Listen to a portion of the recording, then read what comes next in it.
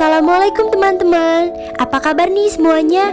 Semoga kita semua senantiasa diberikan kesehatan ya. Kami dari kelompok 5 yang beranggotakan saya Safa Salsabila beserta rekan-rekan saya Fani Yuntari dan Siva Wulandari serta Divya Priscilla Niken Fabiola. Kita semua akan menemani teman-teman dalam beberapa menit ke depan untuk membahas mengenai manajemen waktu. Ternyata banyak banget loh sisi positif yang kita dapatkan apabila melakukan manajemen waktu.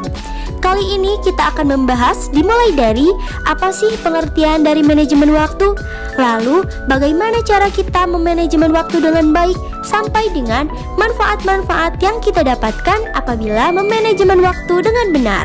Yuk langsung ke pembahasannya. Apa itu manajemen waktu?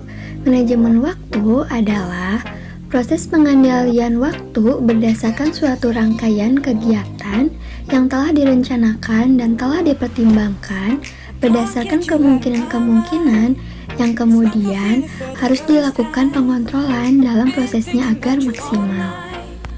Prinsip manajemen waktu. Prinsip manajemen waktu ada 10. Yang pertama, mengembangkan suatu kepekaan pribadi terhadap waktu. Yang kedua, mengidentifikasi suatu tujuan jangka panjang. Yang ketiga, buat rencana pada jangka menengah. Yang keempat, rencana harian. Yang kelima, buat pemanfaatan yang terbaik bagi waktu terbaik Anda. Yang keenam, organisir suatu tugas kantor. Yang ketujuh, menata suatu rapat. Yang kedelapan, mendelegasikan secara efektif. Yang kesembilan, buatlah suatu komitmen terhadap waktu. Dan yang ke-10, menjaga kesehatan Anda. Kenapa sih manajemen waktu itu penting? Kenapa ya? Karena untuk menuntut seseorang untuk lebih bijak dalam menggunakan waktu sebaik-baiknya.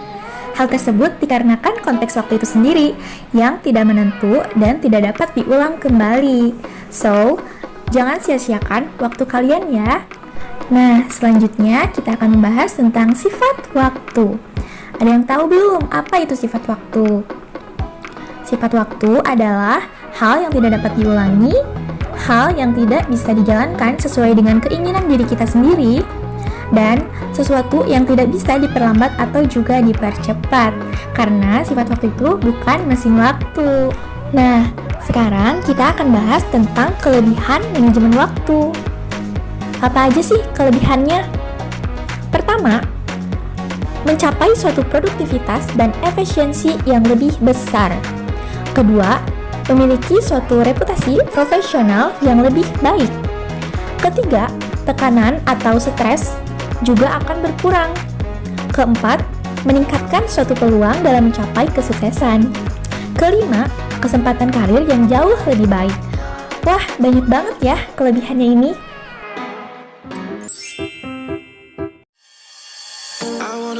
Selanjutnya, dampak manajemen waktu yang buruk. Yang pertama adalah melewati suatu batas waktu yang ditentukan atau sering kita dengar dengan kata deadline. Yang kedua, workflow atau juga alur kerja yang kurang efisien. Yang ketiga, kualitas kerja menjadi buruk. Yang keempat, memiliki suatu reputasi profesional yang negatif.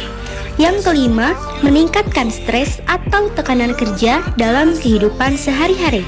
Yang keenam, ketidakseimbangan kehidupan yang akan terjadi. Dan yang terakhir adalah kesempatan karir yang stagnan atau mungkin juga akan menurun. Manfaat manajemen waktu bagi organisasi. Poin pertama, membantu individu atau suatu organisasi dalam menentukan prioritas. Yang kedua, membantu untuk dapat mengurangi kecenderungan untuk menunda-nunda pekerjaan. Yang ketiga, dapat membantu untuk mencegah terjadinya suatu bentrok waktu dalam mengerjakan dua pekerjaan atau lebih. Dan yang terakhir, membantu suatu proses evaluasi terhadap hasil pekerjaan individu atau organisasi.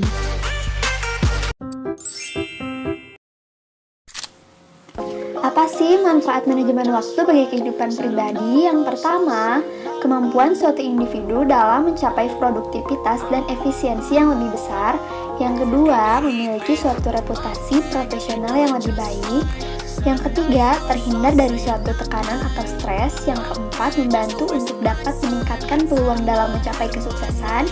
Yang kelima, memiliki suatu keseimbangan dalam kehidupan pribadi. Nah, bagaimana sih tips manajemen waktu yang baik? Yang pertama, memiliki suatu tujuan yang jelas, membuat suatu skala prioritas, berani mengatakan tidak ketika akan mendapatkan tugas yang tidak diprioritaskan. Yang terakhir, mendelegasikan suatu tugas dan jaga kesehatan. Bagaimana sih cara manajemen waktu yang baik? Yang pertama, membuat daftar agenda. Yang kedua, mengatur prioritas utama. Yang ketiga, belajar mengenali waktu produktif. Nah, begitu penjelasannya teman-teman. Cukup mudah kan? Yuk, dimulai dari sekarang.